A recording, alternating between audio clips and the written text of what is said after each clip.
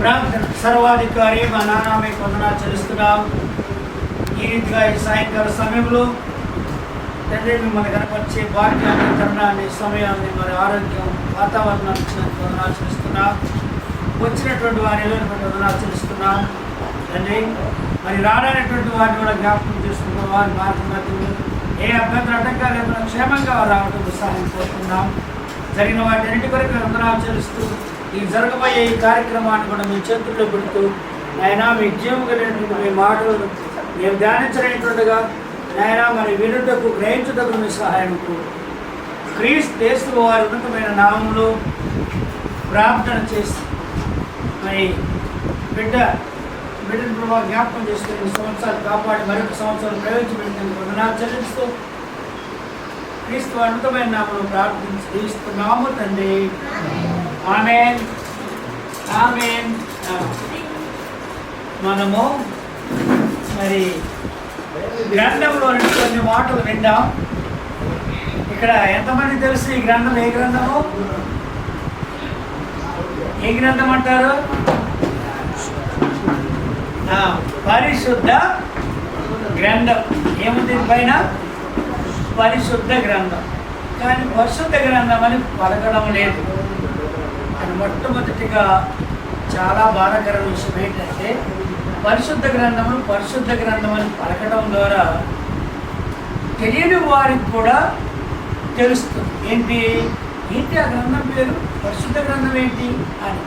కానీ ఈనాడు తెలుగులో మాట్లాడుతూ తెలుగు పరిశుద్ధ గ్రంథాన్ని చేతిలో పెట్టుకొని ఏమంటున్నారంటే బైబుల్ అంటారు. కానీ అదే ఇంగ్లీష్ దాంట్లో ఉంటుంది. బైబిల్ అని కాదు, ఓన్లీ బైబుల్ అని ఉంటుంది. ఓన్లీ అనే మాటను మనం పలకట్లేదంటే మనము ఏమై ఉన్నామో మనమే పరీక్షించుకోవచ్చు. గ్రంథం బైబుల్ అంటే బిబ్లికల్గా అందరూ పలికేటటువంటి గ్రంథం అని అందరికీ అర్థమవుతుంది బైబిల్ అంటే. కానీ ఆ దాంట్లో ఉన్నటువంటి పేరులో ఉన్నటువంటి ఇదేంటో అర్థం కాదు. ఓలి అని అంటే తెలియని వారు కూడా వినాలని చదవాలనిపిస్తుంది. ఏంటి ఓలి ఏంటి? పరిశుద్ధం ఏంటి అనేటటువంటి పరిశోధించడానికి అర్థమవుతుంది. అయితే కొన్ని మాటలు మనం ఈ యొక్క మరి బహుమానంగా ఇచ్చినటువంటి బిడ్డ జన్మదిన సందర్భంగా మనం కొన్ని మాటలు చూద్దాం. ఈ పరిశుద్ధ గ్రంథంలో కీర్తనలు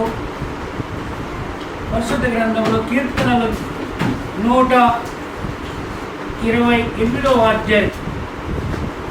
ఎవరైనా చదివితే బాగుండేది. సరే నేనే చదువుతాను. 128వ అధ్యాయం పరిశుద్ధ గ్రంథం నుండి కీర్తనల గ్రంథంలో, యెహోవా ఇల్లు కట్టించని ఎడల దాన్ని కట్టువారి ప్రయాసము వ్యర్థమే. యెహోవా పట్టణమును కాపాడని ఎడల దాన్ని కావలి కాయువారు మేలుకొనిండుట వ్యర్థమే. మీరు వేకువనే లేచి చాలా రాత్రి అయిన తరువాత పడుకొనుచు కష్టార్జితమైన ఆహారము తినుచుట వ్యర్థమే.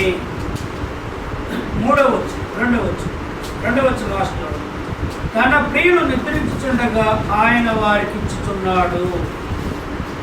3 కుమారులు యెహోవా అనుగ్రహించు స్వాస్థ్యము. ఎవరి కాలమందు పుట్టిన కుమారులు బలవంతుని చేతిలోని బాణముల వంటి వారు. 5వ వారితో తన అంతుల కొది నింపుకునివాడు ధన్యుడు. అట్టి వారు సిగ్గుపడక గుమ్మములలో తమ విరోధులతో వాదింతురు. 128వ అధ్యాయం కూడా 2 మాటలు చూద్దాం. యెహోవా యందు భయభక్తులు కలిగి ఆయన త్రోవల యందు నడుచువారందరూ ధన్యులు. నిశ్చయముగా నీవు నీ చేతుల కష్టార్జితం అనుభవించదవు. నీవు ధన్యుడవు, నీకు మేలు కలుగును. 3వ నీ లోగిట నీ భార్య ఫలించు ద్రాక్షావల్లి వలె నుండును. నీ భోజనపు బల్ల చుట్టూ నీ పిల్లలు ఒలీవ మొక్కల వలె నుండురు. యెహోవా యందు భయభక్తులు గలవాడు ఇలాగూ ఆశీర్వదించబడును. దేవుడి యొక్క మాటలను ఆశీర్వదించును కాక.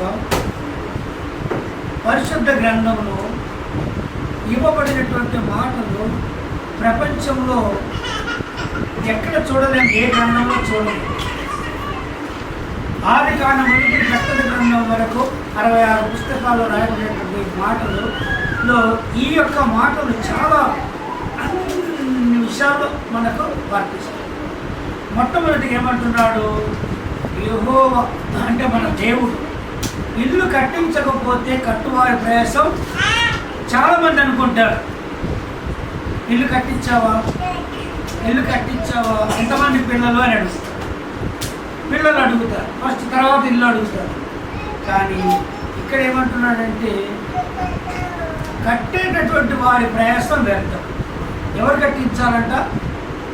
దేవుడు కట్టించాలి. ఒక మాట చెప్తే ఈ ఇంటిని ఇది కిరాయి ఇల్లు అంటారు. నేనంటాను ఈ ఇల్లు అన్నిటికంటే అద్భుతమైన ఇల్లు అంటే. కానీ దీన్ని ఎట్లా ప్రేమిస్తాం? ఇల్లు అంటే దీన్ని అంతగా ప్రేమిస్తాం. ఏంటి? మన శరీరం. కానీ దీంట్లో చెప్పులు ఖాళీ చేస్తాము తెలియదు. మరి ఈ ఇల్లు ఖాళీ చేయాలంటే దీనికి ఒక టైము, దీనికి ఒక పద్ధతి ఉంటుంది. తర్వాత వాళ్ళు రిక్వెస్ట్గా కూడా కొంత టైం మనకి ఇవ్వచ్చు. కానీ ఇది రిక్వెస్ట్ కాదు కదా, ఏ క్షణం ఖాళీ చేస్తామో తెలియదు. ఇలాంటి అన్నింటికంటే అద్భుతమైన ఇంట్లో ఉండి మనము ఎన్నో ప్రయాసాలు చేస్తుంటాం. చేయాలి, మన ప్రయత్నాలు మనం చేయాలి. ఇక్కడ అంటాడు కింద, యెహోవా పట్టణమును కాపాడువాడు మెరుపునుండుట వ్యర్థం. పట్టణం అంటే ఇప్పుడు మనకు గుర్తుకొస్తున్న సందర్భంగా ఇజ్రాయేల్ దేశాన్ని కాపాడటానికి ఎవరి వల్ల కాదు. వారు 1 కోటి మంది కూడా లేరు. కానీ ప్రపంచం అంతా గడగడలాడుతుంది. 3వ ప్రపంచం ఎట్లా స్టార్ట్ అవుతుందో ఇప్పుడు అవుతుందో. ఎందుకు అంటే ఆ దేశాన్ని, ఆ పట్టణం అని ఆ దేశాన్ని దేవుడు కాపాడుతూ ఉన్నాడు. ఆయన చేసిన ప్రామిస్, వాగ్దానాలు ఉన్నాయి. దాన్ని బట్టి ప్రపంచం అంతా కూడా తెలుసుకోవాల్సినటువంటి వారు. కానీ పరిశుద్ధ గ్రంథంలో చెప్పబడిన మాటల్ని ఆ ప్రకారంగా మనం నడుచుకుంటే ఇల్లు కట్టించటము దేవుడు చేస్తాడు, కాపాడటం మనల్ని దేవుడు కాపాడు. పట్టణమనే కాదు, అనుక్షణం మనం కాపాడబడాలి. క్షణం ఇంట్లో బాత్రూంలో పడిపోయిన వాళ్ళు, మెట్ల పడిపోయిన వాళ్ళు ఈ క్షణాల్లో, మరి ఇంట్లోంచి బయటకు వెళ్ళి రాలేకపోయిన వాళ్ళు ఈ క్షణాల్లో వార్తలు వింటూ ఉంటారు. ఎందుకంటే కాపాడబడలేదు. ప్రార్థన, ఇంట్లో నుంచి బయలుదేరితే ప్రార్థన, ఇంట్లో మళ్ళీ వస్తే కృతజ్ఞత. ఈ విధంగా ప్రార్థన అనేది ఎప్పుడు ఆయన మీద డిపెండ్ అయి ఉంటే నిజముగా కాపాడబట్టమే కాదు కదా. కింద ఏమంటున్నాడు? తన కష్టార్జితమైన ఆహారం తినుచుండుట వ్యర్థం అంట. ఎవరైనా నమ్ముతారా మాట? కష్టార్జితమైన ఆహారం తినుచుండుట వ్యర్థమే, తన ప్రియులు నిద్రించుచుండగా ఆయన వారికి ఇచ్చుచున్నాడు. తన ప్రియులు అనుక్షణం ఆయన మీద డిపెండ్ అయ్యి, అనుక్షణం ఆయన మీద ఆధారపడి నడిచేటటువంటి వాళ్ళు తన ప్రియులను ఏం చేస్తాడు? ఏ విధంగా నడిపిస్తాడో చెప్పాలి. అబ్రాహాం గారికి చెప్పాడు, కట్టని గృహములను ఇస్తాను, నాటిన పొలములను, తవ్వని బావుల నీళ్ళు ఇస్తాను అన్నాడు. ఈనాడు మనం ఎక్కడ బావులు తోడుతున్నాం, ఎక్కడ పంటలు పండిస్తున్నాము? చాలామంది ఇళ్ళు కట్టించకుండానే కిరాయిలలోనే మంచి ఇళ్లలో మంచి ఇదిగా జీవిస్తూ ఉంటారు. అంటే ఆయన చేసిన ప్రామిస్ ఇచ్చున్నాడు, నెరవేరుస్తున్నాడు. అనుక్షణం మనం ఆయన మీద ఆధారపడితే తన ప్రియులు నిద్రించుండగా ఆయన వారికి ఇస్తున్నాడు. అంటే ఎట్లా ఇస్తాడంటే అదే 28వ అధ్యాయంలో చెప్తాడు, యెహోవా యందు భయభక్తులు గలవారు ఇలాగో ఆశీర్వదించాలి. ఎలాగా ఉంటారంట? నిశ్చయముగా నీ కష్టార్జితం అనుభవిస్తాం. నిశ్చయముగా ఖచ్చితంగా తన కష్టం అనేది ఎక్కడికి పోదు. తన కష్టపడినటువంటి దాన్ని తనే కాదు కదా, తన పిల్లలకు కూడా దేవుడి పొందన. కాబట్టి ఎట్లా ఉంటారంట ఆ పిల్లలు, ఆ భార్య ఏ విధంగా ఉంటుందో వివరంగా మరి చెప్పబడింది ఇక్కడ. తర్వాత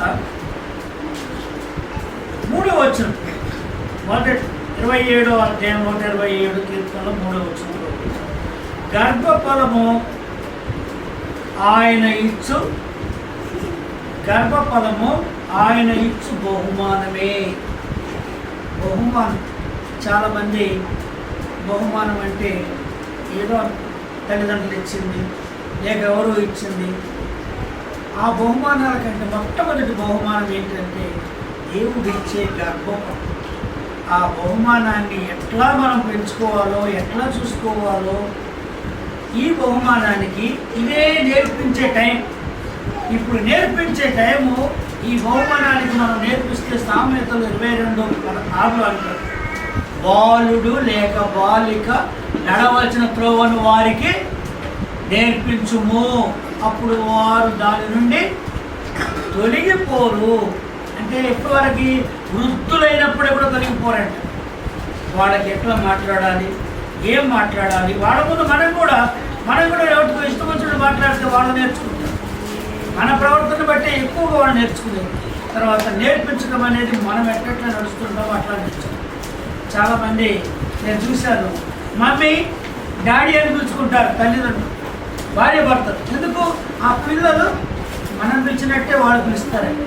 కొంతమంది పేరు పెట్టి పిలుస్తారు, ఆ పేరే పిలుస్తారు. వాళ్ళు ఇంకేదో ఏం మాట్లాడితే అది మాట్లాడతారు. కాబట్టి వాళ్ళకు నేర్పించడం అనేది చిన్నప్పటి నుండి, మాటలు వచ్చి రానప్పటి నుండి వాళ్ళకు నేర్పించడం అనేది మనం చాలా ముఖ్యమైన విషయం.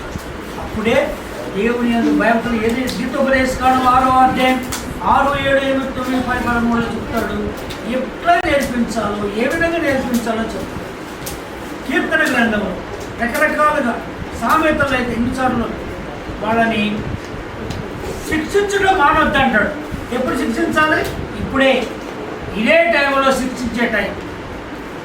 సామెతలు 23:13 అంటాడు, వారిని శిక్షించుట మానుకునము, వ్యక్తంతో వాడిని కొట్టిన వాడు చావకుండా అంటారు. చాలామంది వ్యక్తంతో కొట్టరు, ఫ్యాక్టరీ వేసేస్తారు, ఇక్కడ వేసేస్తారు. చెంపలకు కొడితే కళ్ళు, చెవులు, మెదడు, బ్రెయిన్ 3 దెబ్బతింటాయి, ముక్కు కూడా. అదే ఇక్కడ కొడితే గుండె, ఊపిరితిత్తులు, లివరు అనే ఇవి దెబ్బతింటాయి. కింద కొడితే కిడ్నీలు దెబ్బతింటాయి. చాలామందికి తెలియక ఆ విధంగా కొట్టేసి చిన్నప్పుడు ఏమనిపించదు, వాళ్ళని ఎప్పుడు వాళ్ళని చెప్పరు. పెద్ద అయిన తర్వాత అవి ఫెయిల్ అయిపోతాయి. ఇక్కడ కొడతారు, ఎక్కువ ఇక్కడ వేసి కొట్టేస్తారు. ఇక్కడ కొడితే మొత్తం మెదడు చెదిరిపోతుంది. ఒకటి కాదు, చెంపల మీద కానీ, తల మీద కానీ ఎక్కడ కూడా కొట్టకుండా ఈ కాళ్ళ మీద, చేతుల మీద కొట్టి మనం బెత్తంతో కొట్టాలని రాయబడింది సామెతలు 23:13. అదే 22:15 ఏమంటాడు, బాలుని హృదయంలో మూఢత్వము స్వాభావికంగా పుడుతుందట. అరే మా నాన్నలేడు, మా తాతలేడు, మా అమ్మలు ఎవరు ఎందుకు ఇట్లా చేస్తున్నారు అని అనిపిస్తుంది. అంటే స్వాభావికంగా వస్తుంది. ఆ స్వాభావికంగా వచ్చినటువంటి వాళ్ళకి ఏం చేయాలంటాడు, శిక్ష దండము వానిలో నుండి తోలివేయదు. శిక్ష దండం అంటే ఏంటి? నీకు అది కావాలా, ఇవ్వను. నువ్వు తింటావా, నేను పెట్టను. అంటే నువ్వు ఇది చేస్తేనే, నువ్వు ఇట్లా ఉంటేనే అని వాళ్ళని పెంచాల్సినటువంటి విధం. శిక్షలోను, దండముతోనూ, వ్యక్తముతోనూ, వ్యక్తమే దండం అనేది ఒక మాట చెప్పాలి. శిక్ష అంటే ఏంటి? మనం ఇందాక చెప్పాలి ఆ విధంగా. కానీ ఇక్కడ ఏమంటున్నాడు, ఇంకా ఎంత చక్కగా మనకు రాయబడి ఉంది. యెహోవా ఏమంటాడు ఇక్కడ, గర్భఫలము కుమారుడు యెహోవా అనుగ్రహించు స్వాస్థ్యము, గర్భఫలం ఆయన ఇచ్చి బహుమానమే. అయితే 4వ వచనంలో అంటాడు, యవన కాలం ముందు పుట్టిన కుమారులు బలవంతుని చేతులోని బాణములవని. అంటే వాళ్ళని పెంచే పద్ధతిగా, ఏ విధంగా ఎక్కువ పుట్టినా కూడా వాళ్ళని పెంచే పద్ధతిలో పెంచితే సరిగ్గా పిలవతారు. కానీ ఎవరి కాలంలో పుట్టిన వాళ్ళంతా బలవంతుని చేతుల్లో బాణములవని. చాలామంది నాడు కుమారులని, కుమార్తెలను లేఖనానుసారంగా కానడం లేదు. ఎందుకంటే పరిస్థితులను బట్టి రకరకాలుగా. కానీ పూర్వీకులను చూస్తే, మరి వాక్యం చూస్తే ఏమన్నాడు? ఆది కాలంలో చెప్పినాడు ఏమని, మీరు ఫలించి భూమిని నింపండి అన్నారు. కనుక దేశాలను చూస్తే మన దేశమేమో నిండిపోయింది, మనం పెంచలేని పరిస్థితుల్లో ఉన్నామని అనుకుంటున్నా. నిజమే మాట. కానీ ఆస్ట్రేలియా ఇంకా కొన్ని దేశాల్లో వాళ్ళకి కావాలని, వాళ్ళు ఇంకా పెంచాలని, ఎరగాలని చూస్తున్నారు. అంటే ఏంటి? దేవుడు చెప్పిన మాట నెరవేరలేదు. ఇంకా నింపండి, ఫలించండి, అభివృద్ధి చేయండి, పొందండి అని చెప్పిన మాట ఆదికాండం 2వ అధ్యాయాన్ని ఇంకా నెరవేరలేదు. నేనైతే అంటాను, ఎంతోమంది ఉన్నారు కానీ ఆయన పిల్లలుగా పరలోకానికి వెళ్ళే వాళ్ళంగా సిద్ధపడి పిల్లలను కూడా పరలోక వారసులంగా మనం సిద్ధపరచాలని దేవుడు పరిశుద్ధ గ్రంథం ఇవ్వబడింది. ఎందుకంటే మనకు పాత నిబంధన కొత్త నిబంధన ప్రకారం నడుస్తూ పాత నిబంధన ఛాయగా పెట్టుకొని చూస్తూ మనము పిల్లలను పెంచవలసింది. ఈ భూమి మీద మనం పుట్టిందే మనము ఒక ఏజ్కి వచ్చి మన కుటుంబాలను పోషించుకుంటూ పిల్లలను పెంచి వాళ్ళను దేవుని కొరకు ప్రయోజకులనుగా పెంచుట కొరకే దేవుడు మనల్ని భూమి మీద పెట్టాడు. చాలు మేము పెంచలేము అని చెప్పి ఎవరు మనం పెంచేది? కాపాడేది ఎవరు? ఇల్లు కట్టేది ఎవరు? కాపాడేది ఆయన. ఇచ్చేది ఎవరు? బహుమానం ఆయన. ఆయన ఇచ్చే బహుమానాన్ని మనం ఆపడానికి మనం ఎవరిని? లేక మన ఆలోచనల ప్రకారంగా మనం చేసి ఆయన వాక్యానికి వ్యతిరేకంగా జీవిస్తే ఏమవుతాం మనము? కనీసం అన్నలు తమ్ముళ్ళు అనేవాళ్ళు, అక్కలు చెల్లెళ్ళు అనేవాళ్ళు వాళ్ళకు వాళ్ళు చూసుకుంటారు. ఇలాంటి కార్యక్రమాలు జరిగినప్పుడు ఈ కార్యక్రమాలకి అన్నలు తమ్ముళ్ళు చెల్లెళ్ళు అక్కలు వాళ్ళు వచ్చేసి ఎంత సంతోషిస్తారు. ఒకటి చూసి ఒకటి నేర్చుకుంటూ ఉంటారు. కానీ ఈనాడు వాక్యానికి భిన్నంగా, వాక్యానికి వ్యతిరేకంగా జీవిస్తూ లోకుల వలె కాదు, దేవుని పిల్లలము. ఎవరు మనము? దేవుని పిల్లలము. అందుకే మనకు పరిశుద్ధ గ్రంథం ఇవ్వబడింది. పరిశుద్ధ గ్రంథం ప్రకారంగా మనం నడుచుకుంటే మనం ఎలాంటి దీవెనలు పొందుకుంటామంటే, ఎంతమంది పిల్లల్ని ఇస్తే అంత దీవెనలు దేవుడు ఇస్తాడు, అంత ఆశీర్వాదాలు ఇస్తాడు, అంత ఆరోగ్యాలు ఇస్తాడు. ఒక్కరికొకరు మనము మేలుకరంగాను ఆదరకరంగాను ఆశీర్వాదకరంగాను ఉంటాం. పిల్లలు కుటుంబమే. ఆ కుటుంబమే అసలు ఎట్లా ఉంటుందంటే ఒలివ మొక్కల వలె ఉంటారంట. వల్ల చుట్టూ ఒలివ మొక్కల వలె 22 లేదు. వాళ్ళకి తిండి కూడా వాళ్ళు ఇష్టం వచ్చినట్టు పెడతారు, కానీ వాళ్ళు ఇష్టం వచ్చినట్టు కాదు. మనం ఏది తినమంటే వారు తినాలి. వాళ్ళు ఏది వద్దంటే అది నేర్పించాలి. నడవలసిన త్రోవ అంటే తిండి, వాళ్ళ మాటలు, విద్య, బుద్ధి, వాడు ఏ విధంగా ఉండాలనేది, వాళ్ళ ఆడపిల్లలు ఎట్లా ఉండాలా, మగపిల్లలు ఎట్లా ఉండాలా, ఏ విధంగా ఉండాలని వాళ్ళకి నేర్పించక లోతు ఏం చేసినాడు? మొట్టమొదటిగా తప్పు చేసింది లోతు పిల్లలకు చెప్పవలసిన విధానం చెప్పక ఆయన ద్వారా పాపం జరిగింది. మోయాబీలు అమ్మోనీయులు దేశాలే ఇప్పటికి కూడా ఉన్నాయి. సొదొమ గొమొర్ర నాశనం అయిపోయింది, కానీ అమ్మోనీయులు మోయాబీల దేశం ఉన్నాయి. మరి సొదొమ గొమొర్ర ఎందుకు నాశనం అయిపోయింది? వాళ్ళు భయంకరమైనటువంటి పాపం. ఎలాంటి పాపం అంటే చదివితే తెలుస్తుంది. కాబట్టి అలాంటి పాపంలో పడిపోకుండా ఉండాలంటే పిల్లలను పెంచాల్సిన విధానం పరిశుద్ధ గ్రంథం ఎంత వివరంగా మనకు చెప్పబడింది, రాయబడిందంటే అది ఆ ప్రకారంగా మనం పెంచితే వాళ్ళు నలుగురికి ప్రయోజనకరంగా ఉంటారు, మనకు ప్రయోజనకరంగా ఉంటారు. ఆ విధంగా దేవుడు ఈ మాటలు దీవించునుగాక. పిల్లలను పెంచడమే మన యొక్క బాధ్యత. లోకంలో ఉన్న ప్రతి ఒక్కరి బాధ్యత పిల్లలనే. 2 కొరింథీయులు అంటాడు 13వ అధ్యాయం ఏమంటాడు, 14 ఏమంటాడంటే, పిల్లలు మన కొరకు కాదు, మనమే పిల్లల కొరకు. చాలామంది వీడు పెద్దోడైతే నాకు ఆనందంగా ఉంటాడు, నన్ను పోషిస్తాడు, నన్ను అనుకుంటారు. కాదు, మనమే వాళ్ళ కొరకు దేవుడు ఇచ్చినట్టు కనుక వాళ్ళని పెంచాల్సిన విధానంలో పెంచినప్పుడు గొప్ప ప్రయోజనంలో ఉంటారు. చిన్న సాక్ష్యం. ఒక ఆయన బ్రాహ్మణుడు తిరుపతి ఏరియాలో స్వార్థ ప్రకటిస్తూ ఉన్నాడు. యవన కాలంలో 6 feet అడుగులు ఉంటాడు, ఎక్కువ ఉంటాడు, ఇంకా 200 kg ఉంటాడేమో. బ్రాహ్మణులు అందరూ వెలివేసినారు. అతను వెలివేసేస్తే మా ఇంట్లోకి రావద్దు, మా దగ్గర రావద్దు. పెళ్ళి అయిన తర్వాత భార్య భర్తలు ఇద్దరు ప్రార్థన చేసి మనం ఎవరు రానివ్వలేదు, వెలివేసినారు, ఏం చేద్దామని అని అంటే పిల్లలకి కన్నా 7 కొడుకులు కన్నారండి. ఎంతమంది? 7 కొడుకులకి అంటే వాళ్ళని చదివించడానికి కూడా ఆయన సోమత లేదు, స్వాత ప్రకటిస్తూ ఆ సందర్భంలో అక్కడ ఒక 7 ఎకరాలు కొన్నాడంట అప్పుడు ఆ టైంలో మెయిన్ రోడ్లు తిరుపతి దగ్గర.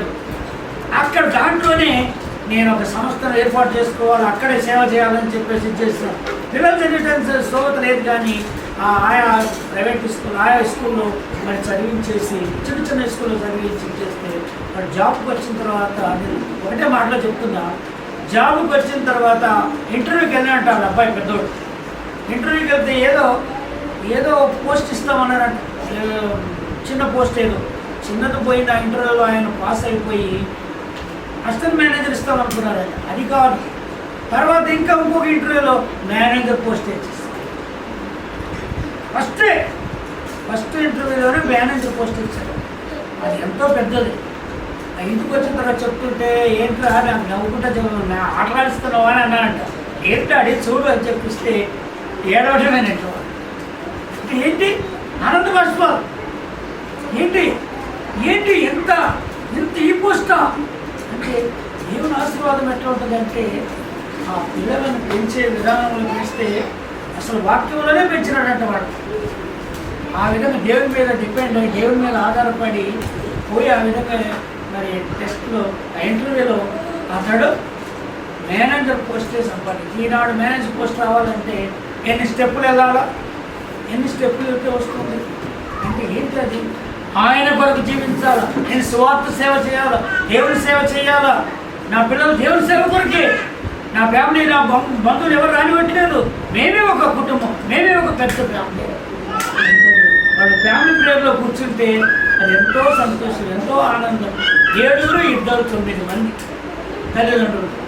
దేవుడి వాక్యం దీవించిన కాక ఈనాడు మనం కూడా పిల్లల్ని పెంచాల్సిన విధానంలో మనం పెంచకపోతే వాళ్ళు ఏమవుతారని రాయబడిందంటే శత్రువులు అవుతారని రాయబడింది సామెత. వాళ్ళని శిక్షించకపోతే శత్రువులు అవుతారు, శత్రువులుగా తయారు చేసుకోకుండా. ఆడపిల్లలు కూడా వినాడు, వాళ్ళకి ఏజ్ వచ్చిన టైంలోనే నా ఇష్టం వచ్చిన వాడే చేసుకుంటా, నా ఇష్టం వచ్చిన దానే చేసుకుంటా. పెళ్ళిళ్ళ వరకు సమస్త నోరు మూసుకొని తల్లిదండ్రులు వాళ్ళు చెప్పినట్టే వీళ్ళే వినాలి. కానీ వాక్య ప్రకారంగా చూస్తే అలాంటిది జరగదు. దేవుడి మాటలు దీవించింది కాక మీరైనా ఎప్పుడైనా పరిశుద్ధ గ్రంథం అని పలకండి, పరిశుద్ధ గ్రంథం అని పలకండి. చదివేది వినేది అంతా ఇదే తెలుగు బైబుల్ అర్థ పేరు పలకండి. ఒకవేళ అదే బైబుల్ అంటే హోలీ బైబుల్, పాట కూడా పాడతారు ఎత్తి, కానీ మరి బైబులే హోలీ అనే మాట రాదు. అందుకే దేవుడి మాటలు దీవించిన కాక. ఎందుకంటే నేనైతే అనుకుంటున్నాను, లూకా సువార్త 18వ అధ్యాయంలో అంటాడు ఏమని అంటే, ఆయన మనిషి కుమారుడు వచ్చిన భూమి మీద విశ్వాసం కనుగొన్నా అంటే ఈనాడు విశ్వాసే కనబడటం లేదనిపిస్తుంది. ఎందుకంటే వాక్యానికి భిన్నముగానే మొట్టమొదటి పేరే బైబుల్, అర్ధ పేరే బైబుల్. పరిశుద్ధ గ్రంథం లేదు, ఓలీ లేదు అంటే అతడు పరిశుద్ధుడు కాదు. పరిశుద్ధుడు కాదు కాబట్టి పలకలేకపోతున్నాడు. దేవుని మాటలు దీవించింది కాక ప్రార్థన చేద్దాం.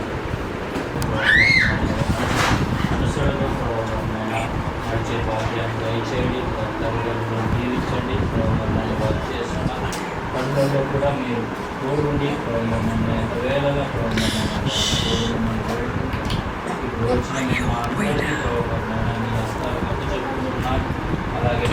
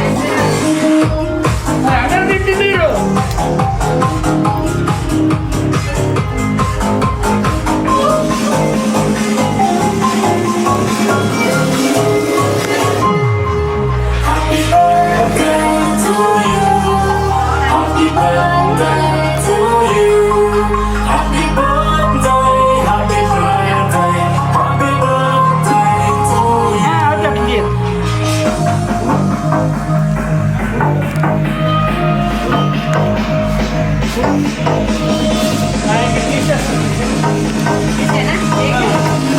కట్ చేసి.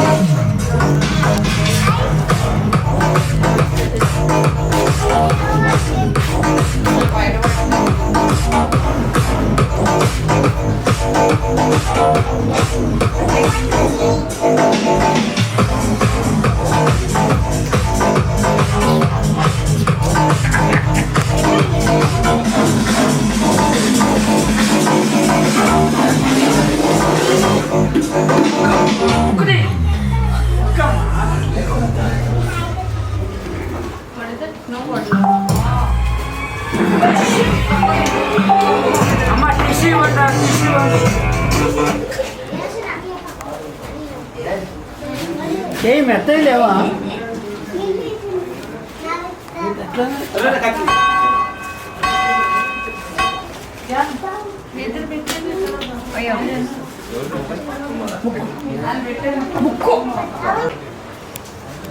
రావా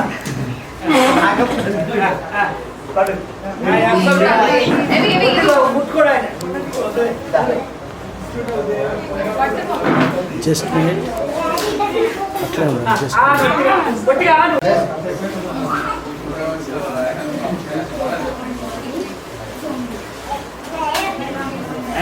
ఏం చెప్తావాడు? తింటావా? తింటావా? Missy, Lenny, you wanna enjoy the snow? Heavy? Snow? Race? You don't want to enjoy the snow? No?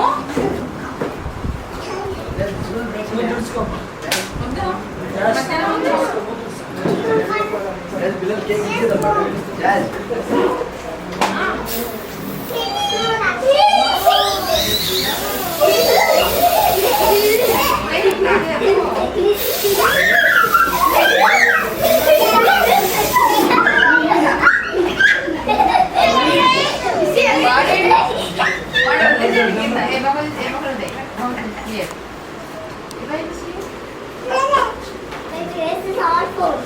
Come. Missy, don't come in front of this, okay? Point your eyes.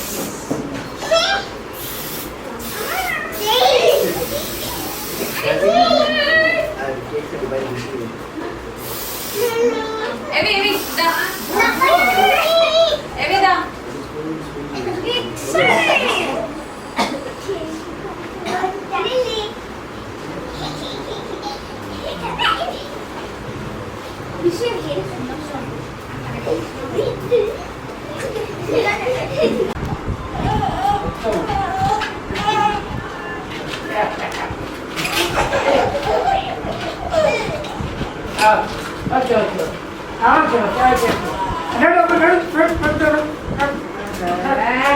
आपको पिल्ले అవుతనే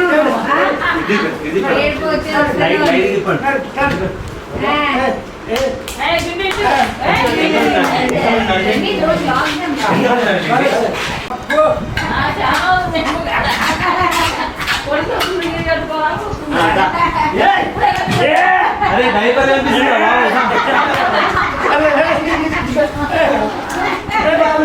అరే అదా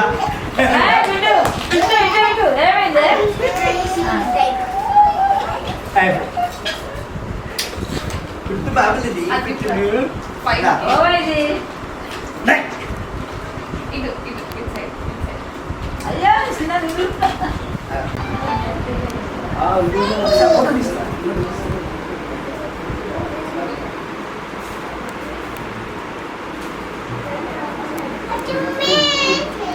Hello? Get down. Down. Hey, is that Bibles, huh?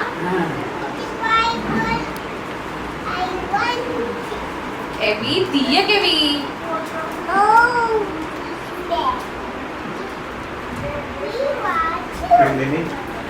తీయాలి తీసి చెప్తున్నా. No, no. No.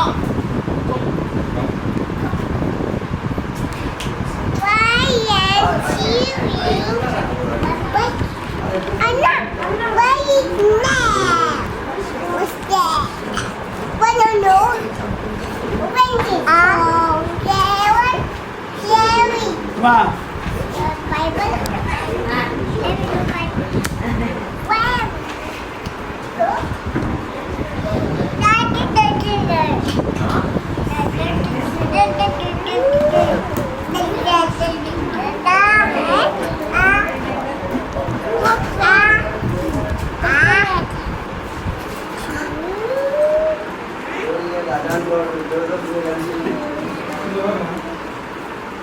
First అదే నువ్వు ఎక్కడ నుంచి చేసావా దేవాలి కదా ఫస్ట్ అది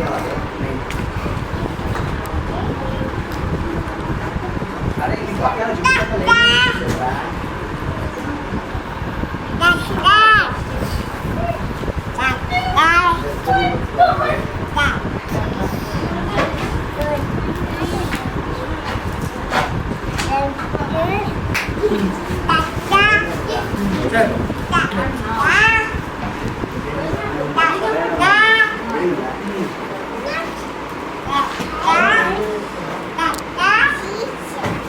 red colour Maybe sit properly. Sit properly. Right red colour No.